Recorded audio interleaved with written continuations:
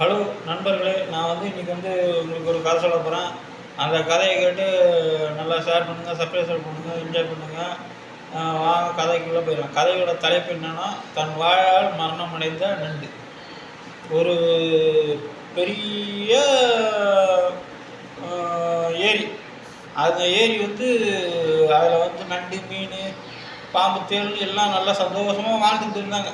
அப்படியே இருக்கும்போது அங்கே இரண்டு கொக்கு, ஒரு நண்டு, ரொம்ப ஃப்ரெண்டு.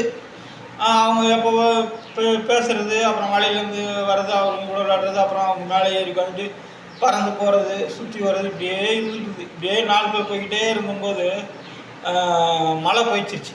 மழை பெய்யலன்னொடனே குளம் குட்டெல்லாம் வற்றி போச்சு. அப்போ என்ன பண்ணுறது நண்பா அப்படின்றது. சரி, நாங்கள் என்னால் போய் எங்கே தண்ணி இருக்குன்னு பார்க்க முடியாது, நீ வேணா போய் பார்த்துன்னு சொல்லு நண்பா அப்படின்றது. உடனே கொக்குங்க இங்கே தண்ணியெல்லாம் வேறு. அப்போ போகும்போது இன்னொரு 5-6 கிலோமீட்டர் தள்ளி ஒரு பெரிய குளத்தை பார்த்தோம். அதில் மீன்கள் எல்லாம் இருக்கிறத பார்த்தோன்னா சரி நம்ம நண்பனை காப்பாற்றணும் எப்படியாது அப்படின்ட்டு அவங்க 2 பேரும் வந்தாங்க.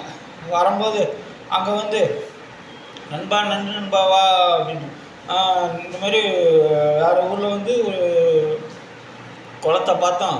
அந்த குளத்தில் நிறையா மீனுங்க இருக்குது. அங்கே போயிட்டா நீயும் பிழைச்சிக்கலாம், நம்மளும் பிழைச்சிக்கலாம், வாங்க. சரி வா நண்பா போகணும். எப்படி போகிறது நண்பா? நீங்கள் பறந்து போயிடுவீங்க, எனக்கு ரெக்கை இல்லையே, நான் எப்படி பறக்கிறது? அதனால் இல்லை நண்பா, நாங்கள் ஒரு பெரிய குச்சி வச்சுருக்கோம். அந்த குச்சை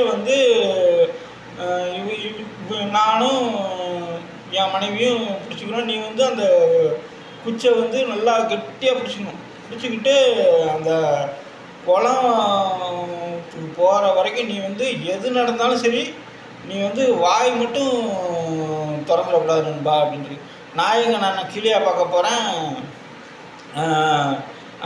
எனக்கு எப்படி எனக்கு மட்டும் நான் எப்படி கீழே விடுவேன்? அதனால் நான் நண்பா யோசனை பண்ணிக்கலாம். நான் 1-2 கொக்கும் 2 வாயில பிடிச்சிக்கிச்சு, நடுவில் குச்சி. நம்ம நண்டும் அதை பிடிச்சிக்கிட்டாரு. அப்படியே போய்கிட்டே இருக்கும்போது அதுதான் கீழே பார்க்கலாம், வானத்தை பார்த்துட்டு வந்துருக்கு, அதனால் வந்துடுச்சு. ஆனால் ஏறி வர்றதுக்கு ஒரு 1/2 கிலோமீட்டர் கிட்ட இருக்கும்போது ஒரு மொட்டை கழுகு பறந்து போச்சான். அந்த கழுகை பார்த்ததும் நண்டுக்கு சிரிப்பு தாங்க முடியல.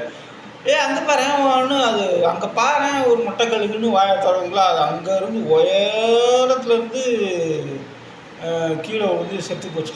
ஐயோ, நம்ம எவ்வளோ சொன்னோம். உடனே இந்த கதையில் என்ன தெரியுது, யாரையும் ஏளனமாக பேசக்கூடாது.